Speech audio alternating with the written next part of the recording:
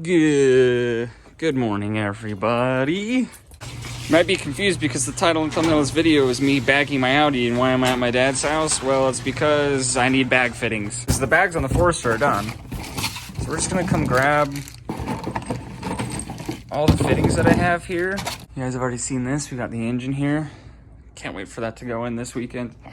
It's gonna be good. All right, that should be everything that I am going to need. Bye, Granda. We have the bags back there. The management's already ran. We already have all the wires ran behind the seat. We can get this done fast, guys. Hopefully, that's the goal. First things first, we're gonna move the Thunderbird a little further over. That way we have as much room as we can for the Audi. These are weird. They don't start unless it's in neutral, so there you go, neutral. There you go. And we are over enough. Bags from Raceland. One thing that we're gonna have to do that's gonna be hard is we have to notch the frame on this side. So this is front wheel drive, and the way the transfer case works, the axle on this side is really long, and then the axle on the driver's side is like really short. And the frame rails go above the axles, and because this axle is so short, it doesn't hit as fast as that one does. And so this you can actually air out until about wheel without modifying this side. But this side, with the axle being so long, it actually hits the frame about an inch higher than that side would, which means you're like up here. Notch the frame on this side. That's gonna be the hardest part of this whole thing. Other than that, I'll show you guys the trunk setup before we get started.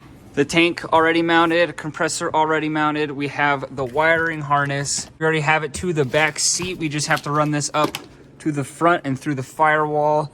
And then this is our manifold. Not 100% sure how I wanna mount this yet, but it's pretty straightforward. So we're gonna get the car off of the ground and we're gonna start working. That's one. Now we're gonna jack the hub up to see where the axle right here touches up here. And then we're gonna mark where it touches, and we're gonna hole saw through and weld in a piece. Well, it is hitting the frame. And that's as low as it'll go with it hitting the frame. So we're gonna take the wheel off and we're gonna notch the frame now. So we are going to grab a hole saw into the frame. All right, so we finally notched the frame. And we got that low. You see it right there, that notch right there above the axle? So that's what we did, and look how much room we still have. We still have a bunch of room, and we're hitting on the fender liner. So I'm gonna call that notch good. We still gotta weld a piece in and paint it, but that's how much low we can get. This is the hard side. As soon as this side's done, the rest of it should be easy. But I've already been at this for hours. So that's what the notch looks like. And I just made this. All right, we flapper disced it up, cut this. It's gonna fit in there pretty nicely. We're gonna tack the top and then hammer in this side so it fits flush, and then we'll weld it all in completely. Just finished up welding this up. I am not a good welder, so don't give me crap.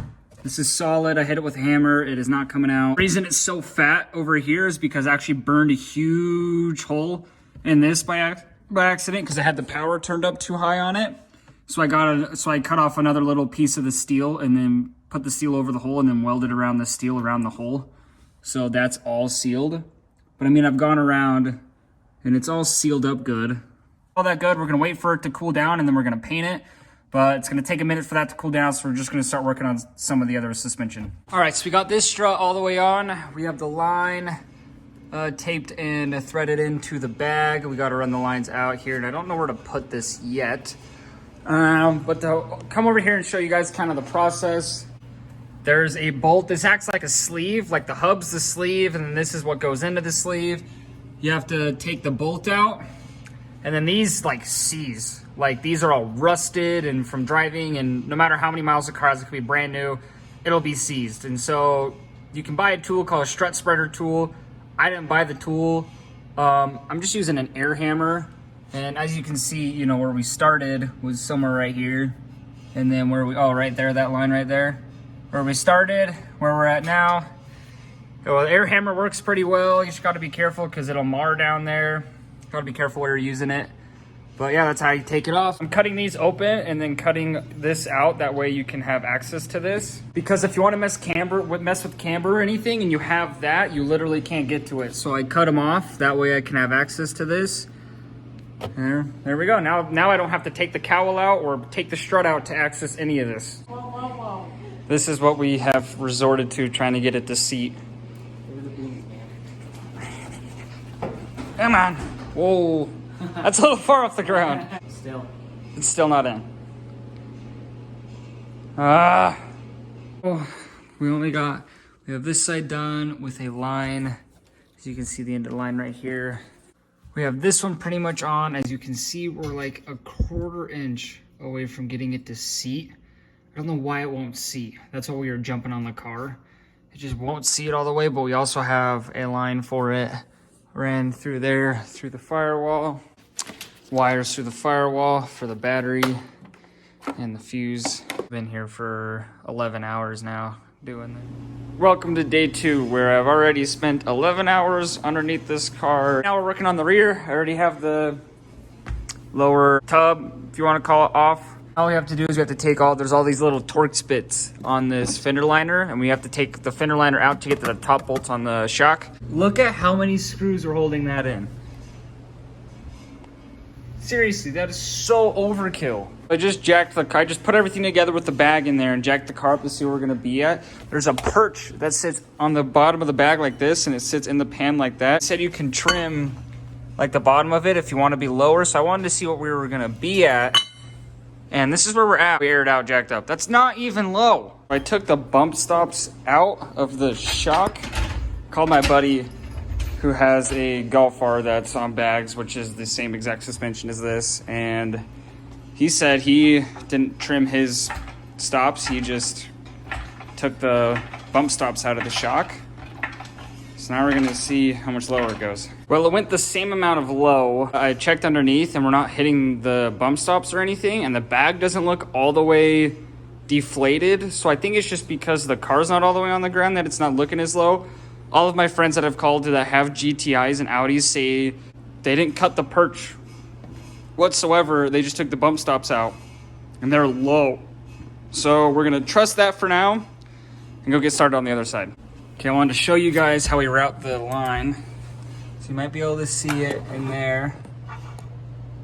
Kind of see it right there, that black line right there.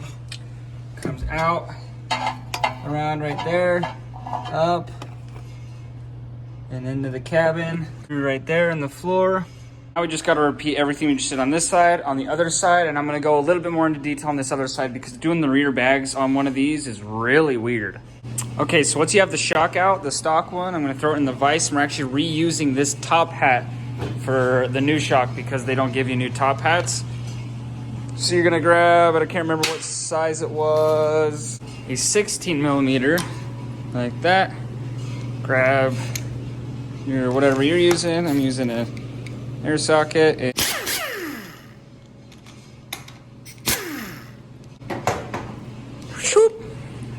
Genius. All right, then you come over to your new shock. We're gonna take this nut off,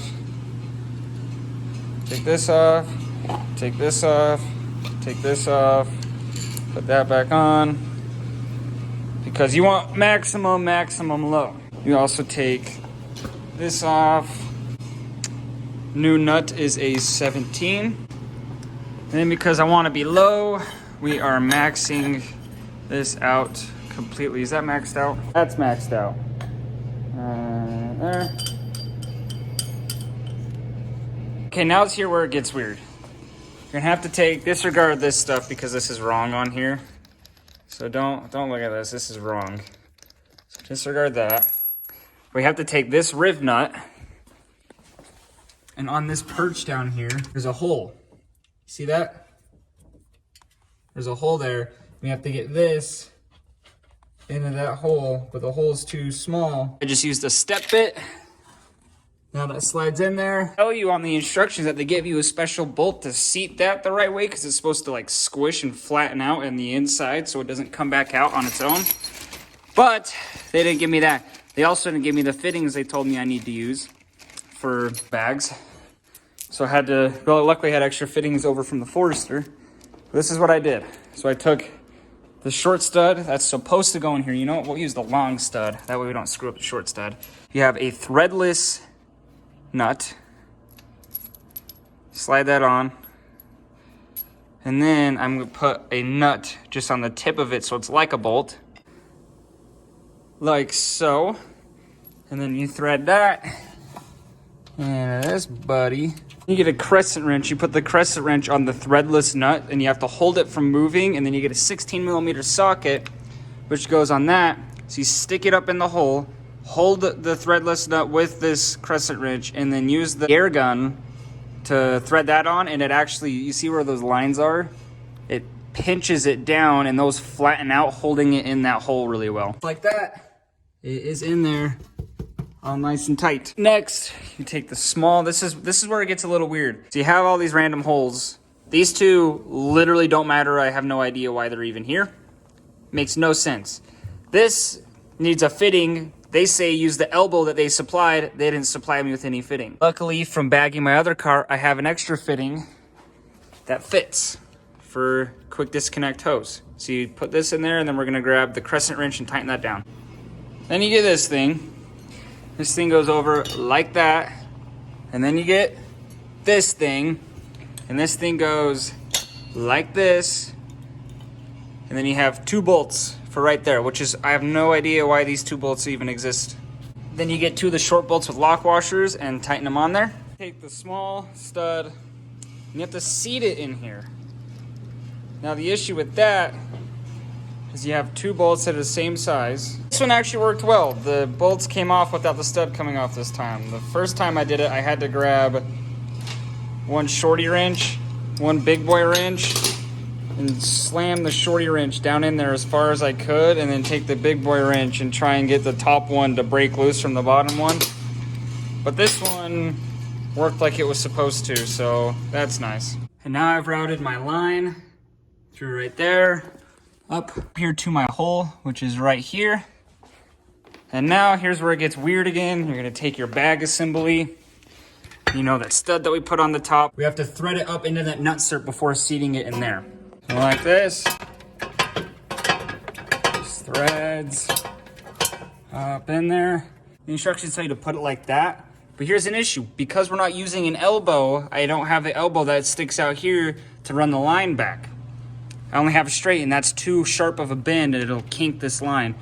So what I'm doing is I'm actually putting it this way. The line has more room, and the line just goes through, and there's no certain way that's supposed to sit in this perch. It's all perfectly flat. So that's the way I'm doing it. You see that? Now that's tight in there like that. That's how we run the hose. And this sits up in there like so. I just double check to make sure that the line's not gonna be kinked or get caught anywhere.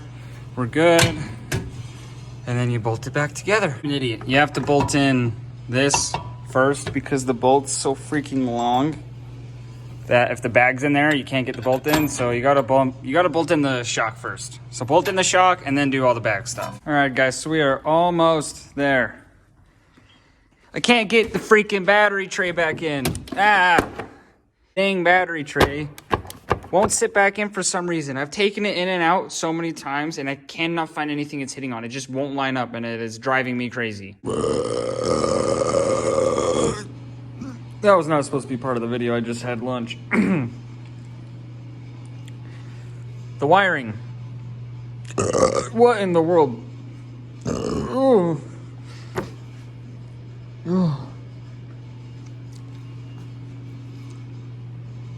The wiring's done. So Raceland does not provide the end fittings for the hoses, so luckily I had extra ones from bagging my Forester, and just kind of routed the hose in a loop. That way it stays behind the bag, doesn't rub the wheel or anything. Call that good.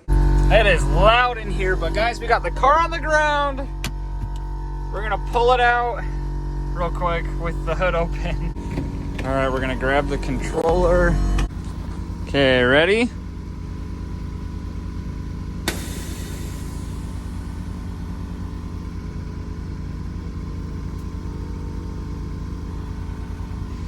Yeah, I mean, it's pretty low, but it's also not as low as I want it to be, but I mean, that's it, guys. I'm absolutely disgusting. I'm gonna end the video here.